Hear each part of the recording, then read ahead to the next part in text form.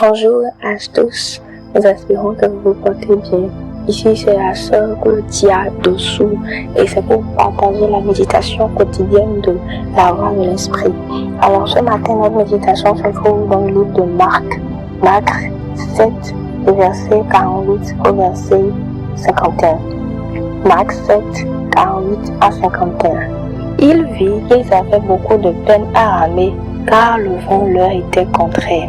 À la 4e veille de la nuit environ, il alla vers eux, marchant sur la mer et il voulait les dépasser. Quand ils le virent marcher sur la mer, ils crurent que c'était un fantôme et ils poussèrent des cris, car ils le voyaient tous et ils étaient troublés. Aussitôt Jésus leur parla et leur dit : « Rassurez-vous, c'est moi, n'ayez pas peur. » Puis il monta vers eux dans la barque et le vent cessa.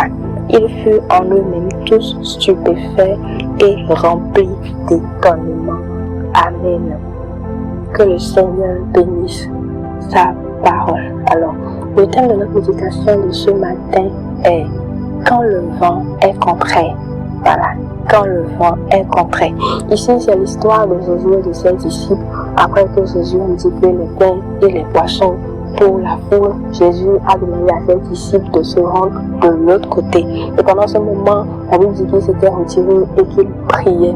Alors, lorsque les disciples étaient sur la mer, ils étaient en train de vouloir aller de l'autre côté. La Bible dit qu'ils avaient des difficultés à avancer. Ils avaient des difficultés à pouvoir bien ramer parce que le vent leur était contraire. Parce que le vent n'allait pas dans la même direction, qu'ils avaient beaucoup de mal à pouvoir ramer. Et dans cette condition-là, malgré la fatigue de la journée, sûrement, ils avaient quand même obéi au Seigneur Jésus et ils avaient continué de toujours avancer. Et Jésus-Christ est venu les rencontrer sur la mer et ils marchaient sur l'eau. Évidemment, ils ont été tellement stupéfaits. La Bible dit qu'ils avaient eu même peur et ils pensaient que c'était un fantôme. Mais la Bible a bien précisé que lorsque Jésus est venu vers eux et leur a dit « c'est moi » et qu'il est entré dans la barque, que automatiquement le vent qui leur était contraire, le vent qui les empêchait de pouvoir avancer, le vent qui était dans le sens contraire à leur direction, c'est ça automatiquement. En réalité, lorsque nous acceptons que Jésus puisse monter dans notre barque, c'est comme si nous sommes en train de dire à un vent qui nous empêche de pouvoir avancer librement, nous sommes en train de dire à ce vent-là de pouvoir s'arrêter et de pouvoir cesser immédiatement. Lorsque les disciples avaient du mal à pouvoir avancer, ils avaient du mal à pouvoir ramer dans le bon sens parce que le vent leur était contraire. Je me suis demandé, mais ils auraient pu dire, mais c'est le Seigneur Jésus lui-même qui nous a dit de pouvoir aller de l'autre côté. Et savait-il pas qu'il y aurait ce vent-là sur la voie? Ne pouvait pas-il arrêter déjà ce vent-là avant que nous puissions monter sur la mer? Mais les disciples n'ont pas dit ça, ils ont été obéissants et ils ont continué toujours par avancer. Et heureusement, le Seigneur Jésus est venu vers eux parce que le Seigneur Jésus avait vu qu'ils avaient de la peine à pouvoir avancer.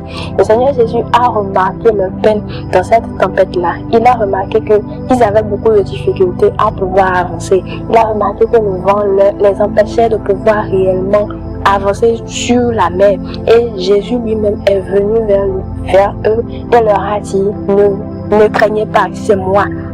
Et il est monté dans la barque avec eux et immédiatement le vent a cessé. Le vent a cessé. Le vent a cessé. Parce que nous acceptons Jésus dans notre cœur, comme je l'avais dit, ce n'est pas simplement une formalité que nous sommes en train de remplir. Mais nous sommes en train de dire à un certain vent qui est en train de souffler, de pouvoir s'arrêter. Un vent peut-être de maladie, un vent peut-être de souffrance, un vent peut-être de tristesse, un vent peut-être de dépression, un vent de beaucoup de choses qui nous empêchent de pouvoir vivre réellement la vie que le Seigneur Jésus, il a voulu que nous vivions sur la terre. Un vent qui nous empêche de pouvoir profiter de cette joie qui est en Christ. Un vent qui nous empêche de pouvoir réellement atteindre notre destinée. Ce vent-là, lorsque nous acceptons Jésus dans notre cœur, alors ce vent-là s'arrête. Lorsque Jésus vient, le vent qui était contraire, il arrête de pouvoir souffler.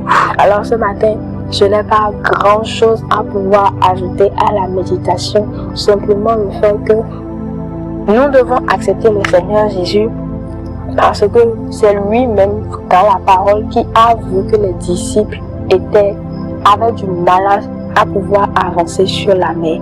Et ce matin encore, Jésus également, il a vu que tu avais du mal à pouvoir avancer.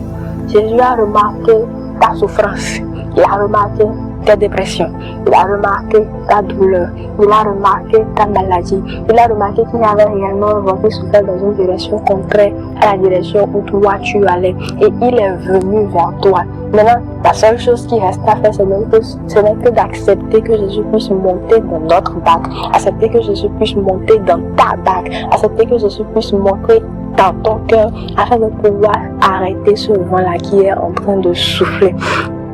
Nous, ce n'est qu'un appel. Voilà, je vais dire ça comme ça. Ce n'est qu'un appel. Et que le Seigneur nous lance encore.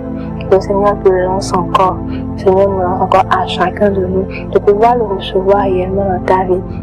Alors, si quelqu'un a écouté ce message, il a écouté cette méditation, que la personne désire réellement donner sa vie au Seigneur Jésus, on va prier ensemble. Seigneur, Dieu de gloire, Dieu de grâce, nous sommes reconnaissants pour éternel Dieu, la faveur que tu nous as fait de pouvoir, Jésus, entendre ce message. Je prie, éternel Dieu, de gloire pour quelqu'un, Jésus, qui veut donner sa vie pour toi, quelqu'un qui a compris et qui a décidé de faire le pas, qui a décidé de faire sa vie avec toi. Je prie de gloire, Jésus, que tu puisses lui donner, éternel Dieu, de toujours rester attaché à cet engagement, Seigneur, que je viens de prendre, et que Seigneur de gloire, tu le fasses vivre cette vie, Jésus, que tu as prévu pour elle. Merci de gloire, parce que Jésus, tu es à l'œuvre, que la gloire te revienne au nom de Jésus. Amen.